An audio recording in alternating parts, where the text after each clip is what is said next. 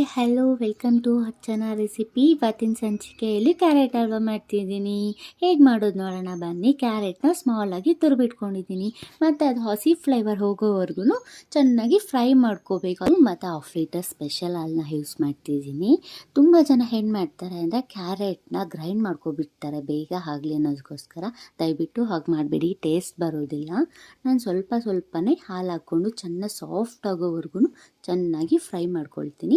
ಮತ್ತು 4 ಲೋಟ ಸಕ್ಕರೆ, GRB ತುಪ್ಪನ ಯೂಸ್ ಮಾಡ್ತಿದ್ದೀನಿ. ನಿಮಗೆ ಸ್ವೀಟ್ನೆಸ್ಗೋಸ್ಕರ ಇನ್ನೂ ಬೇಕು ಅಂದರೆ ಟೇಸ್ಟ್ ಮಾಡಿ ಸಕ್ಕರೆನ ಮತ್ತು ತುಪ್ಪನ ಹೆಚ್ಚಾಗಿ ಹಾಕ್ಕೋಬೋದು, ಏನು ತೊಂದರೆ ಇಲ್ಲ.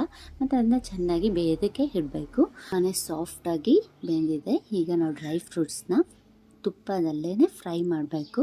ನಿಮ್ಗೆ ಎಷ್ಟು ಬೇಕೋ ಅಷ್ಟು ಕ್ವಾಂಟಿಟಿಯಲ್ಲಿ ಡ್ರೈ ಫ್ರೂಟ್ಸ್ನ ತೊಗೋಬೋದು. ನಾನು ಸ್ವಲ್ಪ ತೊಗೊಂಡಿದ್ದೀನಿ, ನನಗೆ ಇಷ್ಟ ಆಗೋದಿಲ್ಲ ಡ್ರೈ ಫ್ರೂಟ್ಸ್, ಅದಕ್ಕೋಸ್ಕರ. ಮತ್ತು ತುಪ್ಪದಲ್ಲಿ ಫ್ರೈ ಮಾಡಿರೋಂತಹ ಡ್ರೈ ಫ್ರೂಟ್ಸ್ನ ಕ್ಯಾರೆಟ್ ಜೊತೆಗೆ ಚೆನ್ನಾಗಿ ಮಿಕ್ಸ್ ಮಾಡಿ ಏಲಕ್ಕಿ ಪೌಡರ್ನ ಫ್ಲೇವರ್ಗೋಸ್ಕರ ಯೂಸ್ ಮಾಡ್ತಿದ್ದೆ. ನೀವು ಬೇಕು ಅಂದರೆ ಯೂಸ್ ಮಾಡ್ಬೋದು, ಇಲ್ಲ ಸ್ಕಿಪ್ ಮಾಡ್ಕೋಬೋದು. Finally carrot halwa ready. ತುಂಬ ಚೆನ್ನಾಗಿ ಬಂದಿದೆ, ಸ್ವೀಟ್ನೆಸ್ ಇದೆ. ನನಗಂತೂ ಫೇವ್ರೇಟ್. ನಿಮಗೂ ಫೇವ್ರೇಟಾ? ಕಮೆಂಟ್ ಮಾಡಿ. ಬಾಯ್ ಬಾಯ್.